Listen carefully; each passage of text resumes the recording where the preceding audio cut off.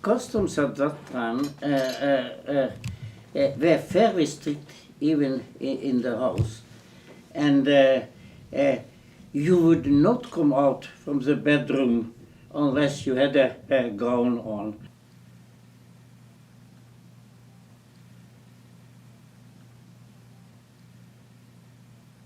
So even if you have worn a pajama, I can remember my father still had nightshirts, but I was the first generation who did have pajamas.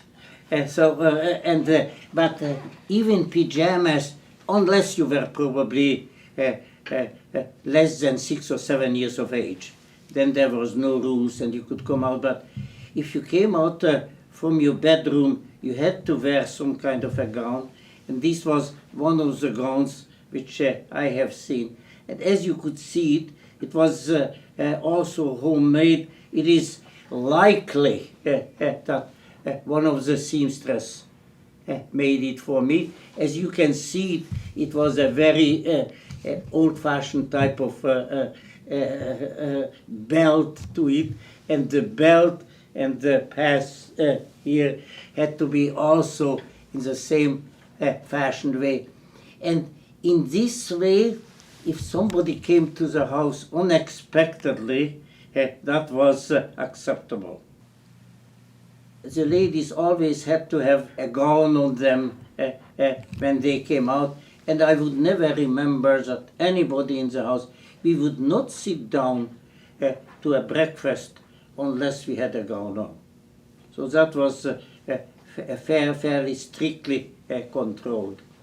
And this is one of the gowns which I was wearing for the house, and I cannot remember, to be very honest, when did it come. Likely it was after 1945, because the size was adult size. The seamstress came to the house for 2 or 3 days every 2 months. And it had to be everything made by her, and we would never wear store-made clothing. Everything was made to measure. Basically, there were 3 classes in Hungary at that time. It was a noble class, where I do not belong, and that was a very strict one. They were marrying in between, and although we had contact with them, but then there was a middle class to where we belonged. And let's say my father, as a physician, he was head of the dermatology department in Debrecen. He was a well-known dermatologist, and that was considered to be higher middle class. And actually, there was a certain amount of pride in that class, because we knew we were better educated than the noble class. And then there was, probably which was the largest part of Hungary, which did have the poor people. Hungary was mainly agricultural. They lived very poorly. And their clothing was also made in this way, that they bought the cheapest material, and probably the lady of each family made the clothing for the members. Ready-made things which you would buy in the store here was a little bit more expensive than cloth to be made. But I remember we had classmates who probably did not have more than 1 pants for the winter and 1 pants for the summer. And although it was today you would call it was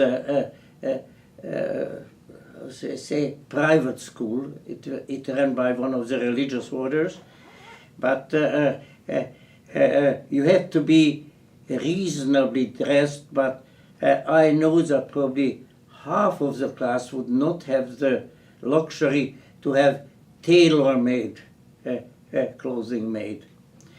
That happened, however, when we were younger, that when the father or one of the male relatives had a type of a suit which was worn out, then they gave it and it was retailer for the younger one from that part of the clothes, which was still fairly good condition. A younger boy may not have a suit on, but he would have pants and a vest and a shirt. So that, but it still had to be something over the shirt. To put down the vest or the jacket, that was something not comme il faut. That was not something which was considered to be good manners. You were sweating, but you had to keep your jacket on.